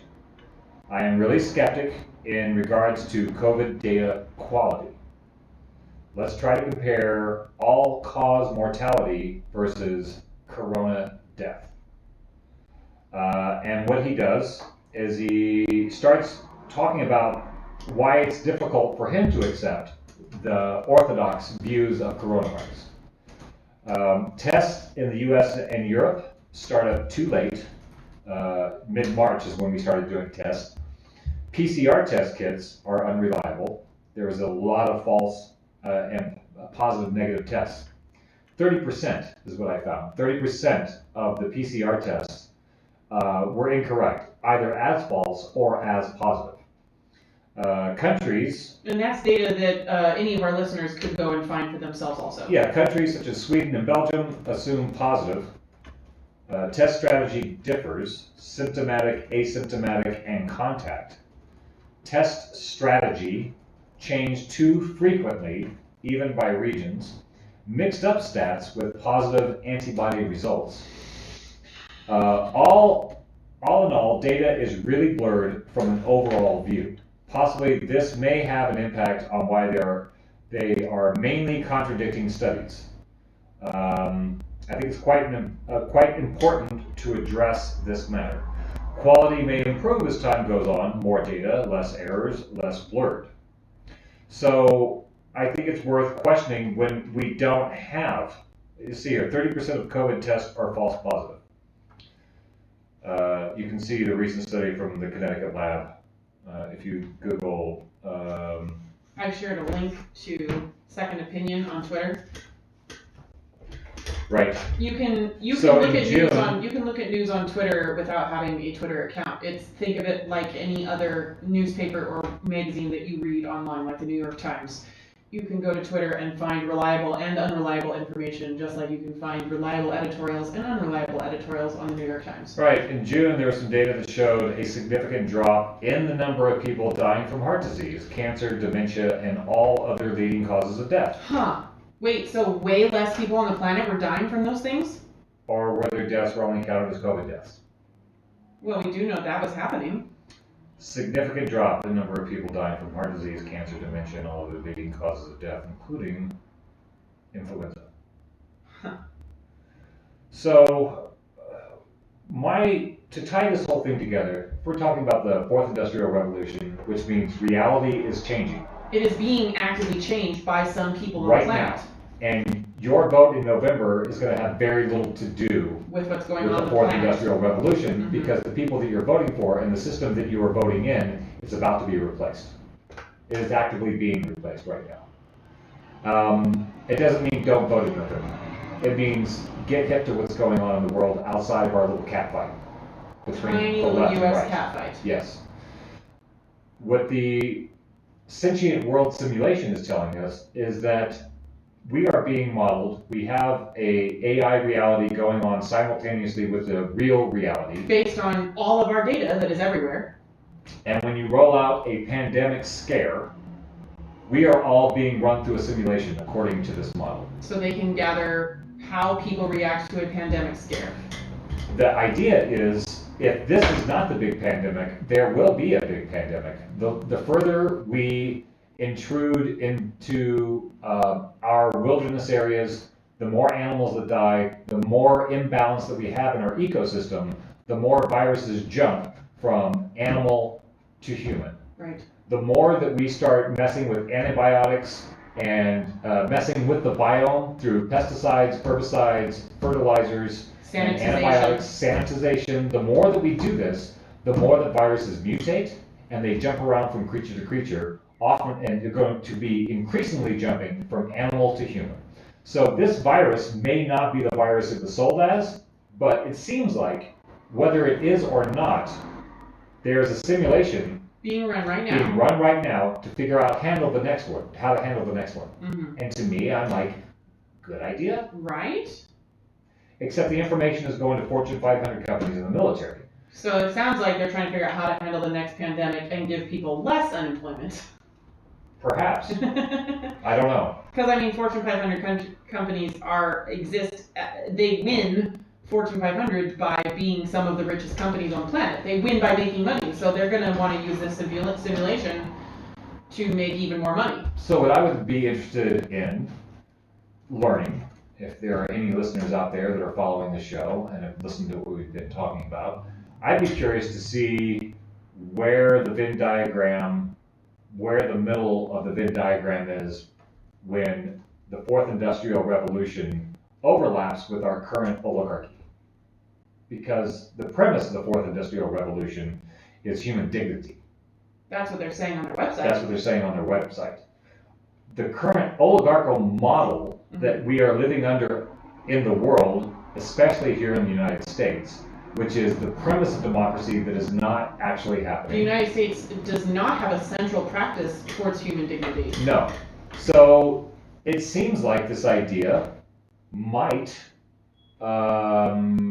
provide a new perspective for folks to look at. And we in this country, who are so doubled down in our right-left perspective, I don't think have afforded enough space to look outside of our country, to look outside of our political system, to look out of our social system, to look out of our economic system, to look at what is rising on the horizon for the planet. Yes, which I don't know if it is good or bad. Quote unquote.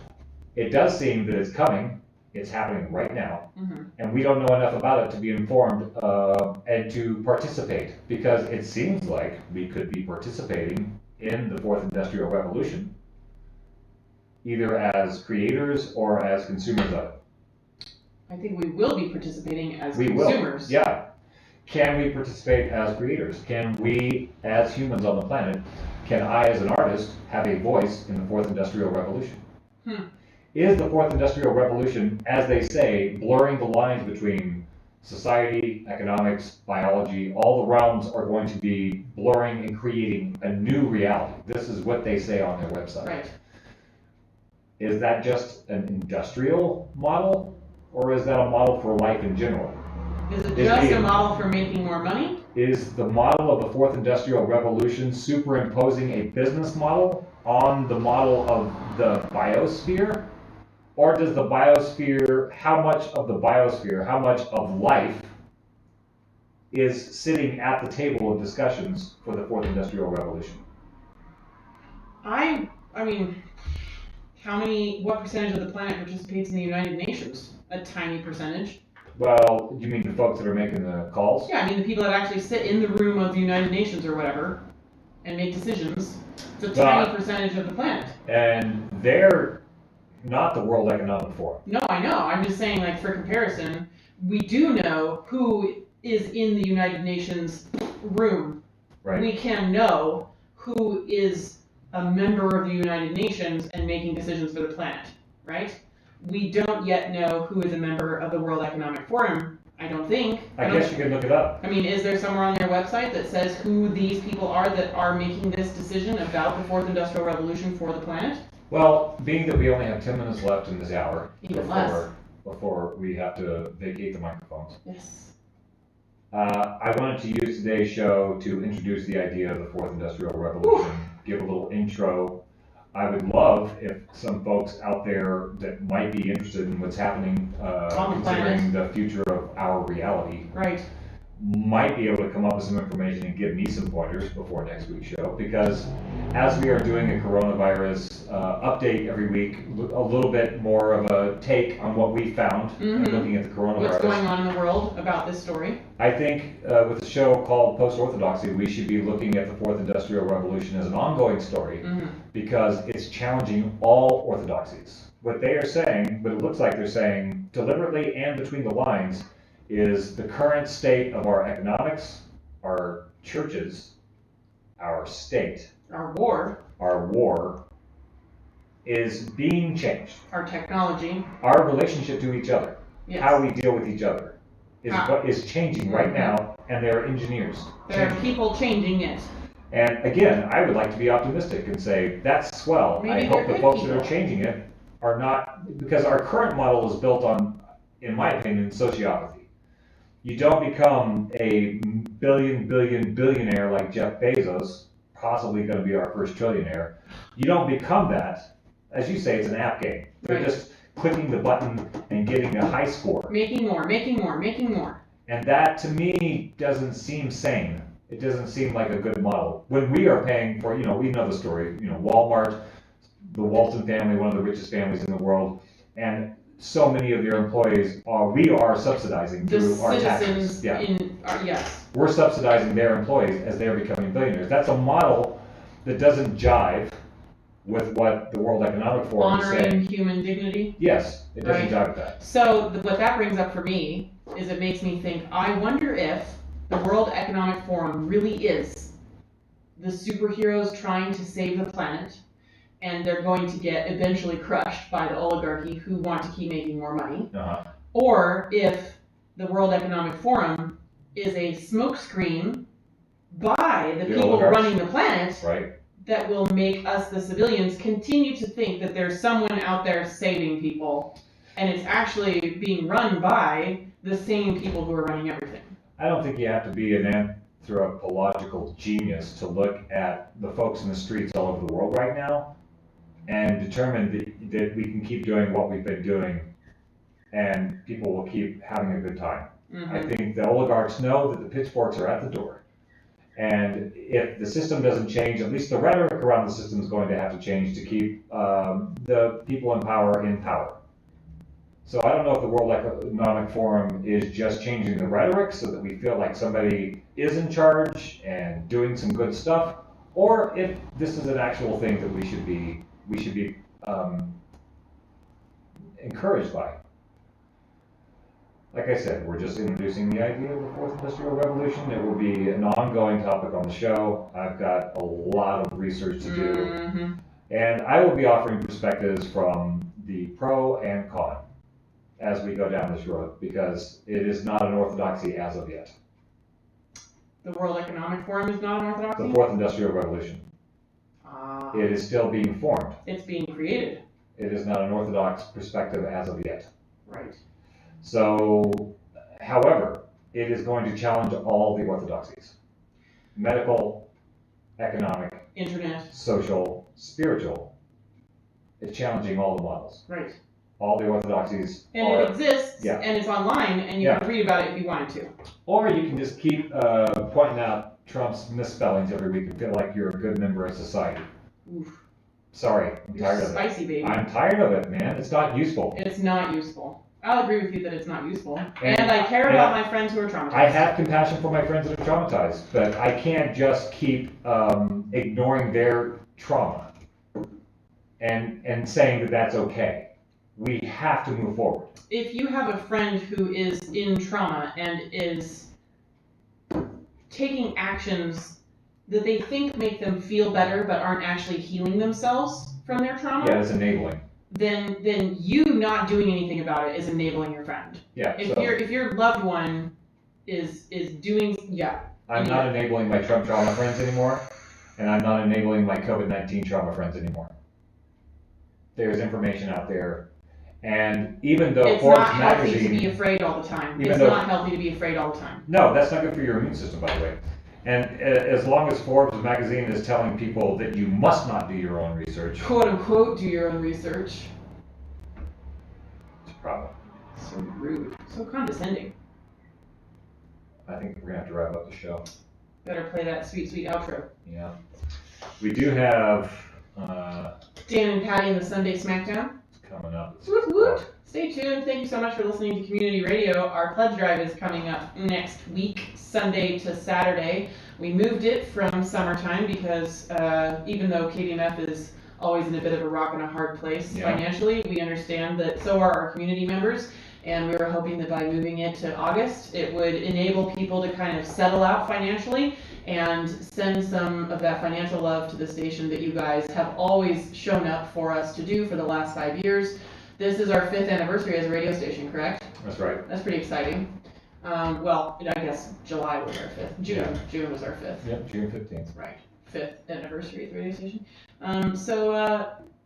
You can find more information about the pledge drive at buteamericaradio.org. Thanks for playing, folks. We'll be back next week.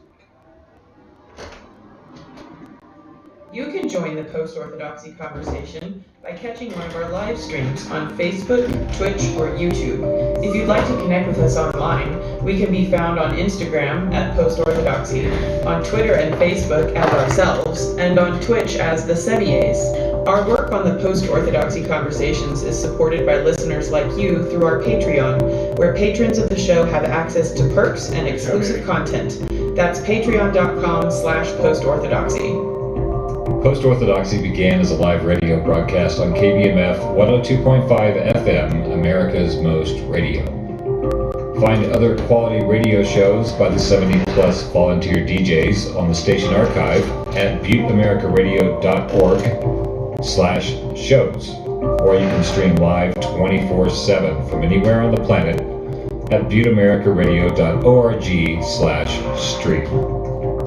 Our Post-Orthodoxy theme music was composed by Frank Pascal, and a special thanks goes to our voice actors, Amelia, Colin, Zbo, Rosie, Gabo, Vicky, Mokai, and Johnny. Thanks for playing.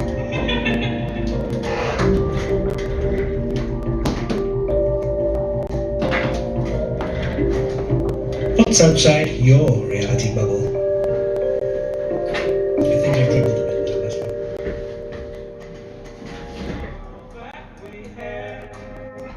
Yeah.